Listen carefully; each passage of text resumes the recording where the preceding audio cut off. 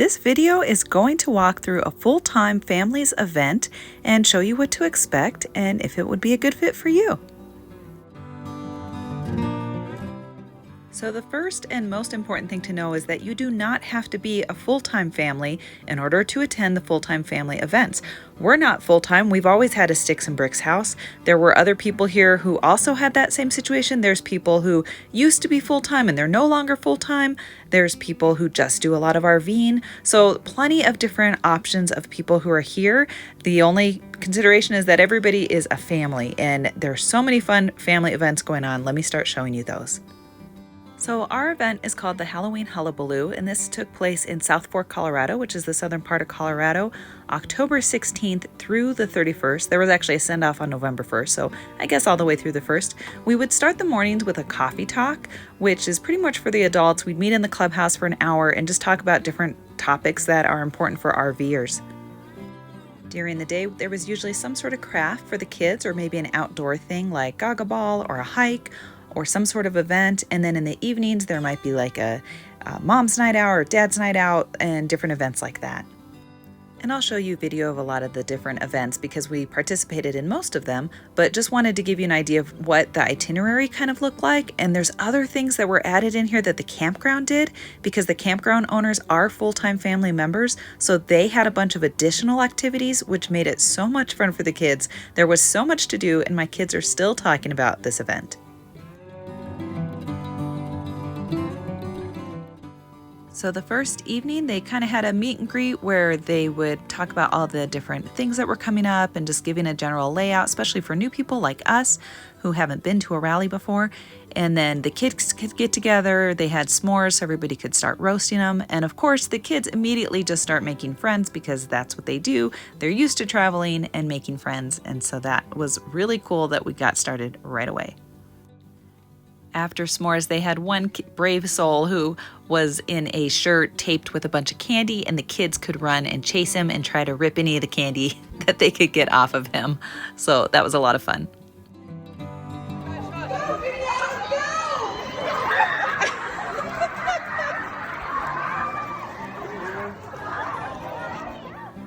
The next morning was our first craft activity, which was tie-dyeing t-shirts. And then it was great that the campground had gaga ball because that was super popular, and they would set up times where the little kids could play separate from the bigger kids, and it helped the little kids have a more competitive game. The campground had also set up a haunted trail, which was a lot of fun and even more exciting at night.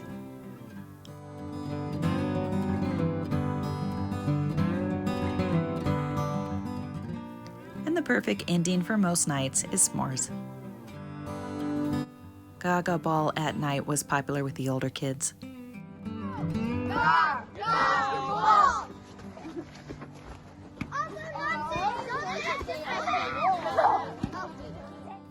The second evening was Mom's Night Out, where our chauffeur, Sasquatch, drove us in a hayride over to the Mexican restaurant, and we had a great dinner, great company. It was good to talk with all the other moms, especially when we've been on the road so much lately, and it was just nice to visit with some other parents.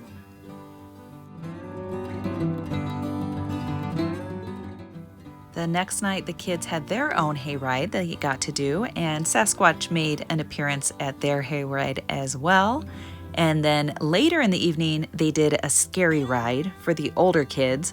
And so a bunch of the teenagers were in costumes and scary costumes, and people were kind of jumping at you with the hayride and all sorts of stuff. So if you had an older kid, it was a lot of fun for them to participate in that. And the teenagers are so great in being hands-on and doing some other activities for the younger kids.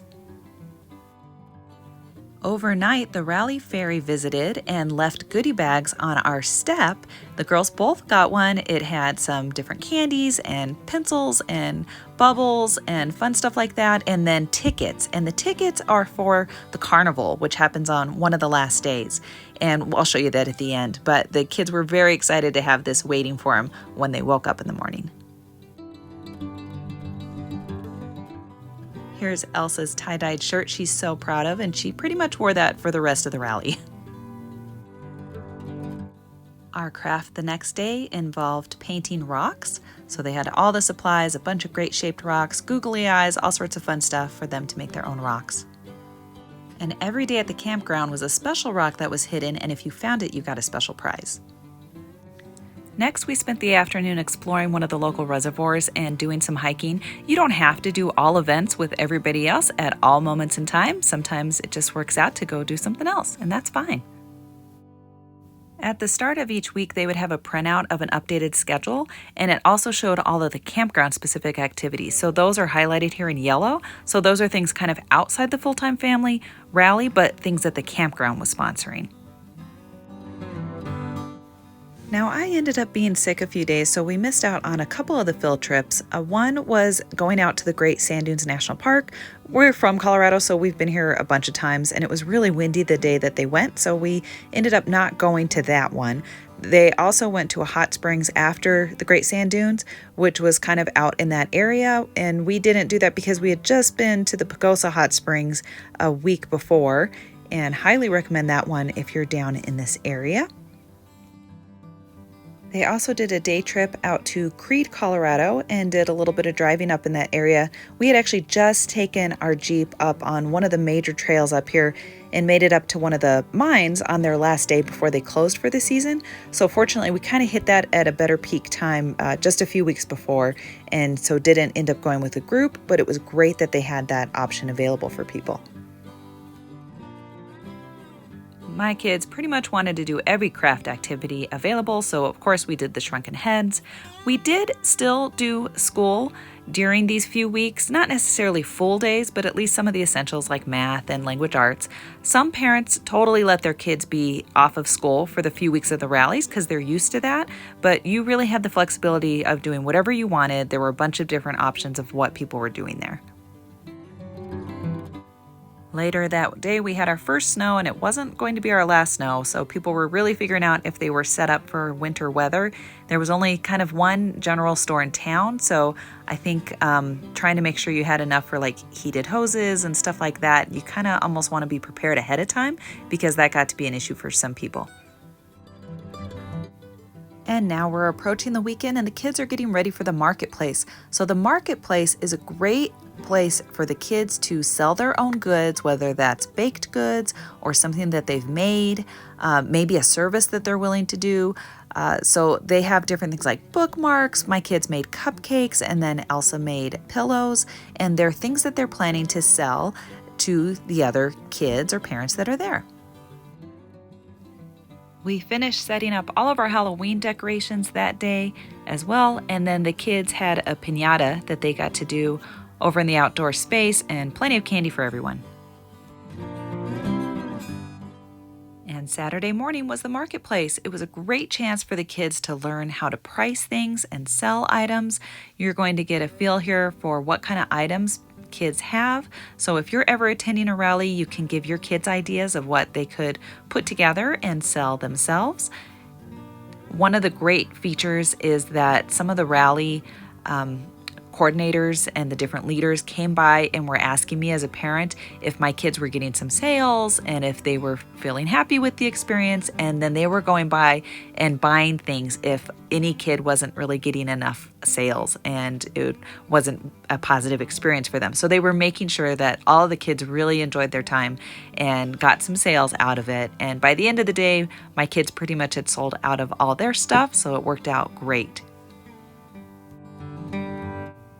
Candy, sweets, stuff like that are always a big hit as well, and you definitely want it to be nicely low priced. I don't think the kids actually made any money on the stuff that they made because we had to spend money on the supplies, but it was a good experience overall for them, and they got to do something and be proud of it, and then kind of sit there for a few hours and be patient and deal with the sales and even barter and try to exchange things later. So maybe as the event was going on and they wanted something else but they didn't have enough money, they could see if the kid was willing to barter for something that they had available.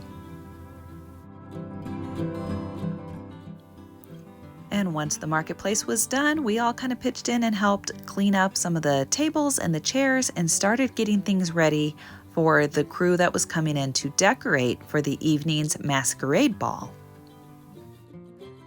The Masquerade Ball was so much fun. The decorations were great. They had punch and food for the kids. There were lights all over the place. They got a great group photo of all the kids that were there in attendance. And the girls throughout the week had been going and doing some thriller dance practice sessions. And so they got to show off their skills and dancing the thriller dance. The next morning, we drove up to Wolf Creek Pass where they had plenty of snow to have a snowball fight and hike through the snow for a little while. And then we worked our way back to the campground in time for the amazing race competition, where we were divided into teams, and then there were a number of obstacles all around the campground that you had to do with your team and succeed at the different events so that you could check off and go to the next one, and it was a battle to see which team could win. There were so many fun stations. You can see here the sack race, and then there was some sort of like crazy costume race thing. So Greta's dressed like a hot dog, of course. And then they had to search for different things inside a container that I think was like filled with dirt. And then there was an egg balance event type thing where they're trying to throw stuff into the cauldron. And then there was archery at one point.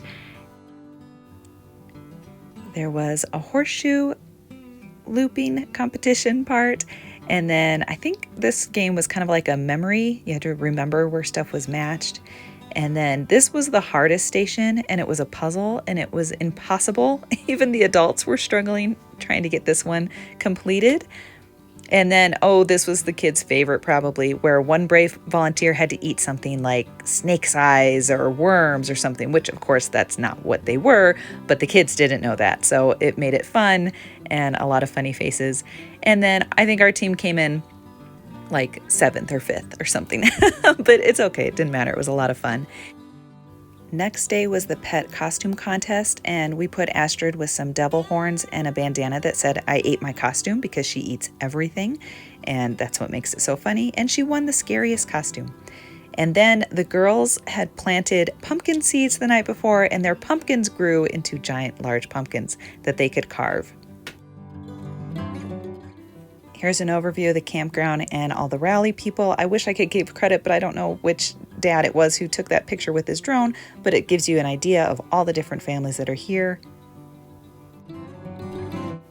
And then this is the Carnival day. So there's a bunch of different games that the kids can play. They can exchange their tickets, and the tickets, you saw the Rally Ferry tickets, but the kids could also earn tickets if they were being helpful and picking up or being kind to somebody else. There's lots of different reasons they might have earned tickets throughout these couple of weeks, and this is the opportunity for them to spin those tickets and do games or buy candy and do all sorts of fun stuff. They also had different items that had been donated, and so the kids could put in their tickets to try to earn something that maybe would have been too expensive to just buy with tickets. And so there were all sorts of items that had been donated, and the kids could write their name on the back of their tickets and then try to hopefully win one of the prizes. I mean, just look at all of these generous donations from all the different families that were there at the rally.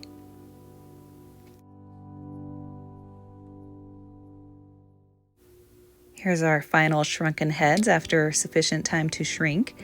And then Elsa's painted pumpkin. She decided not to carve, but went with painting instead. And then I think this one is Greta's painted pumpkin. And then it was Halloween, and this is the score after all the great trick-or-treating.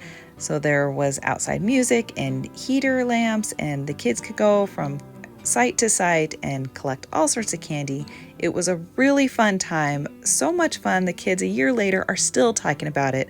So I highly recommend a full-time family event, especially if you are a family, if you have kids really of any age, they have something no matter what the kid's age is, and your kids will have a blast. There's events all over the country, and definitely check it out. I hope you've enjoyed this video. Thank you so much for watching. You can find us on Instagram and Facebook at RV Homeschool. Thanks for watching.